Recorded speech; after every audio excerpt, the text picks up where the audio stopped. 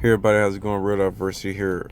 Just want to talk really quickly, make a video, talking about like which is better, May or Copycat, and for lack of better word, I wouldn't say necessarily which is better, but which one you should be using, when and where. And also I guess overall, which one's generally better if we had to just pick one, if you just couldn't decide which one would be better in your deck. So let me just first just read the cards off just to make sure everyone knows what they do. So Copycat, shuffle your hand into your deck, draw a card for each card in your opponent's hand. Okay, let's look at May. Put 2 random Pokemon from your deck into your hand. For each Pokemon you put into your hand in this way, choose a Pokemon to shuffle from your hand into your deck. So with that being said, which of these cards is better? Comparatively, they have two different abilities, but overall, I think their goal is pretty simple: to get you to draw the card that you need. Now, pros and cons. So what is the pros and cons here? Okay, so let's start with May. We're just gonna go with the cons. May, actually, we'll do both. Let's start with May. So pros are, let's start with the cons. Cons. Sorry for my indecisiveness, but we're gonna start with the cons on May. So what is a bad thing with this card? Well, one of the things is I'll say is it feels limited in use. It feels very much like it's not, I would say one dimensional almost, even if not one dimensional, just low dimensional. And you have to have one condition met before you can use this card, and that is to play to already have a Pokemon in your hand to get any value out of using May. And ideally you want to have two just to have options, right? But at worst you just really want one. Yeah, so May, pros though, much way better way of getting a Pokemon out of your deck that you need, or to swap out a Pokemon that you don't need for one you do need. So just a good swap, and almost a, now I wouldn't say guaranteed communications, but a more accurate communications, because you have choice here. And at worst, if the card in your hand is just better objectively than anything else you pulled, then you can actually still just keep that. So even at worst, you can still keep the card. There's a lot of times where it's like I have a card, like, okay, I don't mind holding on to this card, but if I use communications right now, I may be able to get a better one.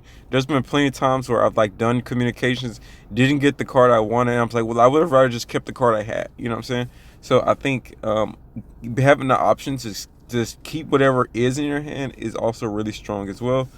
So yeah, and while you can also fish, so you can pretty much fish for evolutions and fish for just other Pokemon you may need.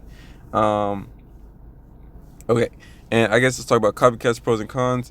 I'll start with the cons. We're very dependent on your opponent. So this card is super dependent on your opponent. The other thing is, it also interrupts any cards you already have in your hand. So maybe you already have a card you maybe want to keep.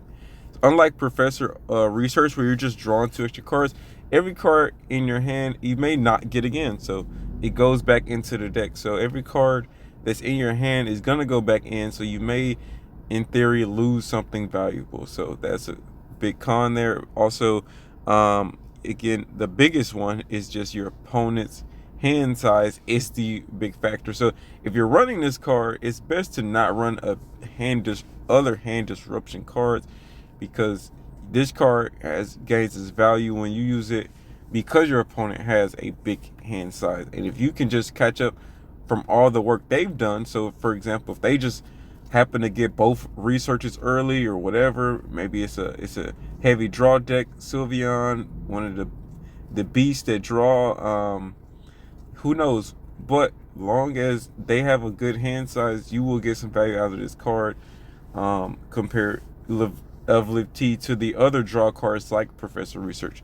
So but again, biggest con it depends on your opponents. But pros wise, I get this feels way more two dimensional, or not even just higher dimensionals. I feel like it's more times you can use this than you would May. It's more often this can be used in a bunch of situations where May you need probably at least, like I said, at least just at worst another Pokemon in your hand. So that could that could sometimes mean you might need a decent hand size, if unless you're just lucky and just have that just one Pokemon in May or something like that, or two in May. So two Pokemon in May, but yeah, most of the time is that combination of cards is kind of tough. Copycat again doesn't rely on you to have any other card in your hand, just your opponent's hand, so that can be a lot easier to manage, especially if you get disrupted. May becomes less valuable once your hand is disrupted. So potentially. So again, so it feels like Copycat can be used in more situations than Mate, but ultimately, which one is better? It comes down simply to what you're trying to do. I think in their own right, they both can be very good depending on the situation and what you're trying to accomplish. So I'll start with May here. Like, what situations would work best for May? Well, if you're running a deck, and hopefully I'm not sure. Well, I guess I don't necessarily need to stay here. It may not save this deck, so. But let me show you guys an example. A daycare deck. So here's a daycare deck. It's full of. Okay, let me go. Let me just so you can see the whole thing. It's old, so I haven't updated this none yet. It's full of a lot of Pokemon. Look at the volume here. This is full of a lot of baby Pokemon, a lot of basics. No evolutions here. So in a deck like this, where your hand is always usually full of Pokemon, or will at some point, May is a really strong card in this deck to fish out some things you may want instead of other things. You may want Tyrogue because you run into Oricorio or something like that. You may want Arceus instead of Darkrai in the early game because you see they have this or that. You may want something instead of Snorlax. You may like, Snorlax gonna take too long to get set up because I'm going first, so I want something else, right?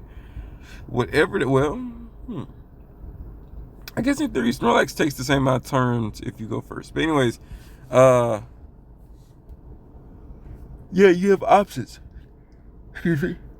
You have options. So again, May in a deck like this is very valuable, way more valuable than I think a card like Copycat, because then instead of just filling your hand up, you can just actually just fish out the specific cards you're looking for and just throw back in whatever you don't need at the moment. So this is a lot better in terms of between the two when you have just a high volume of Pokemon compared to now again now let's talk about evolution stage 2 decks, stage 2 decks, right? I'll just click on randomly. I just go to Suicune, right? You guys get to see all my decks today. So Suicune's a deck where we're running in stage 2. We got 2 basics. So would in theory would may work better here to help us get into our stage 2s. Now this is actually interesting because I think this is one of those ones it can go either way. In my opinion, it can go either way. You can pretty much May or Copycat will work fine here in a deck like this. You already have a good draw engine, so sometimes Copycat may not always feel great in a deck like this because you may already always have a decent hand anyway, right? So that's one thing I'm balancing out right now with my Mega Blaziken deck, but you may not always have a huge hand if you're disrupted or something like that. But also Copycat can be used very early game in a deck like this. So let's say we get 2 Suicunes, Froakie, and Garatina turn 1, and we get or maybe just 3 of those and we get Copycat. We can immediately play our whole hand and then play Copycat, refill up our hand with a whole new hand, and then go from there. So that works really nicely in this situation. In terms of May, there's a few mon here that there's usually going to be one or two mons that's not going to be able to be played at all times. Or let's say you run into your early you get a bunch of early, you get your evolutions early, but you need some more bench Pokemon, so you don't want your evolutions just yet because you can't do nothing because you don't even have the Froakie or whatever else, set up. So maybe you can throw back in your stage twos to get your basics. And also vice versa, if you have a bunch of basics and need some evolutions, you can throw those basics back in and get some evolutions out. So it can work both ways in that situation. So I think it may does gain, I think, quite a bit or at just equal amount of value when there's evolutions there too, because they may be holding you up from filling up your board state, or also you just may have a bunch of basics that have no purpose in your hand because you already have a set up board state, whatever the case is. So either way, May can have value in those situations. Copycat, again, if you can get a strong early board state, then Copycat has a lot of value. Early game, late game also as well, especially if you maybe get disrupted. This is a very niche situation, but let's just say you get you knock out a few Pokemon or two Pokemon and you get Marsed. So your hand goes to 1. Let's say your hand goes to 1. But interestingly enough, let's say you manage that 1 you got was Copycat. You can refill your hand right back up depending on your opponent's hand as it is. Right after, there's no card with that it's almost, I wouldn't say a direct May counter, but if you manage to draw Copycat on a May, you can pretty much negate May. So pretty niche, and you can May like pin you to 1 card, so you have to get really lucky to draw the Copycat. But unless you're running 2, then you have a high chance or so. But yeah, so there is a lot of times where Copycat, I think, feels just good in other situations rather than just trying to find a Pokemon, because sometimes you're looking for items too. You're looking for maybe another trainer card that will be perfect next turn or something like that. And sometimes even maybe you could just like, my hand just isn't that great. It's almost at times an Iuno, which or it's just sometimes simply a better Iuno, because you can just have like less cards than using Iuno and then gain more cards in a different hand at the same time. So but yeah, but you definitely should be using Copycat over Iuno, for sure. But yeah, that's where I think it stands. I think in terms of which one is just the better one, I would have to say it's Copycat, just because it May feels limited in terms of like, you can use Copycat in a deck that's running like a 18 trainer deck. You can use Copycat in a Guzzlord deck, one of those old Articuno decks, right? Something like that. You can use it in a deck where you have a lot, where you're not playing a lot of Pokemon. But again, in that situation, since your hand's so trainer heavy anyway, it's more likely than not that you're gonna have a lot of cards, more cards than your opponent at that. On most times than not. So I don't think you would really need Copycat in there unless you just really wanted to, because again, you can shake your hand up if it's just not looking the best at the moment to hopefully get what you need next turn. You know what I'm saying? Something like that. So it has that ability to at least help you potentially draw something better than you already got. So that's also always a possibility. But again, keep in mind though, it's all of this depends on your opponent's hand size. So that can be tricky. But normally your opponent, if you're not running disruption, at almost all stages of the game should have a decent hand size. If you're not running disruption, the early game they're gonna have to have a big hand size. There's just always gonna be a decent hand size if you're not disrupting your hand. So and if they're unless they're just getting every card perfectly when they need it so that they're using it as soon as they get it, but that's just most likely not going to be the case. So they're most likely at worst going to always have like 3 to 4 cards at worst. At best they're going to be hanging around 5, 6 if you play no disruption. So Yeah, that's it. That's all I want to say. I just looked at the two cards. I thought every time I make a deck, I'm always wondering which one should I play, and hopefully this helps you guys. If you guys were ever wondering which one should I throw in the deck, again, like I said, if you want to play May, if you're playing a really heavy Pokemon deck, like half your deck's Pokemon, you're probably gonna need May because you're gonna need to be, throwing in, subbing, throwing some Pokemon back in that you just don't need to grab some that you really do in that crucial moment. Stage 2 decks could be valuable just to get rid of whichever you don't need at the time. And also to find your evolutions too when you need them. But I would prefer, if you're gonna use May for finding evolutions, I would prefer you play that it's for a stage 1 deck. I think it's more valuable to play a May in a stage 1 deck because then you're not reliant on having a rare candy, because then Copycat becomes a lot better then, because now I need my evolution and a rare candy, so I just need a whole new hand entirely.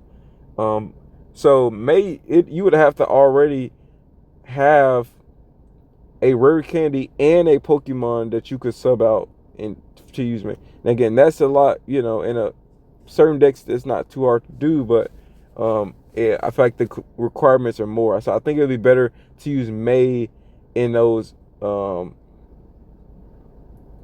stage 1 specifically decks. But again, May still works very well too with the stage 2s because of the same reason I said earlier. Because stage 2s, if they're in your early hand, they're kind of just like bad. It's bad. It's so bad to draw both your stage 2s early. It is like a terrible hand state.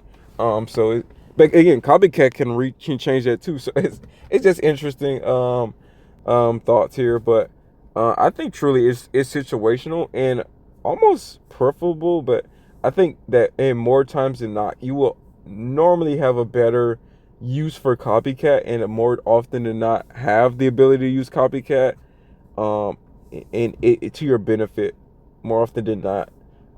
So yeah, I would say if you had to choose, Copycat's the way to go.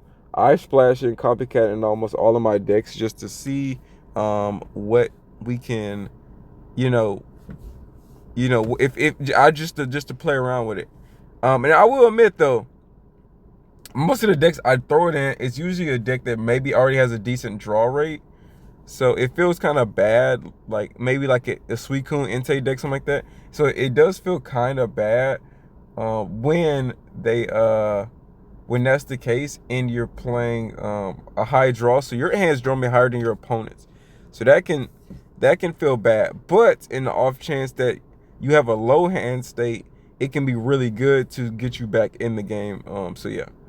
But yeah. Oh, and also if you don't lead with your draw engine, like your Entei or Suicune or Raikou, whichever, something like that, or like like a Sylveon or something. If you don't lead with those cards, then Copycat's also great to kind of make up for that lack of draw later on. So, anyways, a lot of uses. Copycat feels so much more dimensional and so much more useful. As soon as I read the text of this card, they had released May earlier, and I was like, okay, May's great. May's finally stage evolution decks finally have a way of really, really getting the cards they need.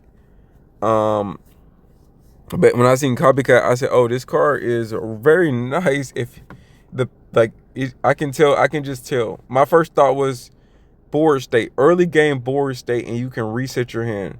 Imagine, there's been so many times. How many games have you started and you get like 3 basics from like maybe getting a few Pokeballs in your hand, whatever, and you just you lay your hand out and you're left with like 1 or 2 cards. How many times that happens to me quite often? And if that happens and I have Copycat, that means I immediately just get like everything else I need. I get their evolutions now. I get their trainer cards now. Whatever I was missing, I get all that now. So it's a great early like first turn card as well. That's where I see the most value in it. But it's also a very late game card as well, to like, maybe your hand isn't as big as your opponent, but you need to get that one X speed, that one potion, that giant cape or whatever, like something like that, that flame patch. I need to make sure I have this tool on me for this at the end of this turn. It's so good in those situations as well. So it's good late game medium. It's good at any point. So yeah, I respect the card.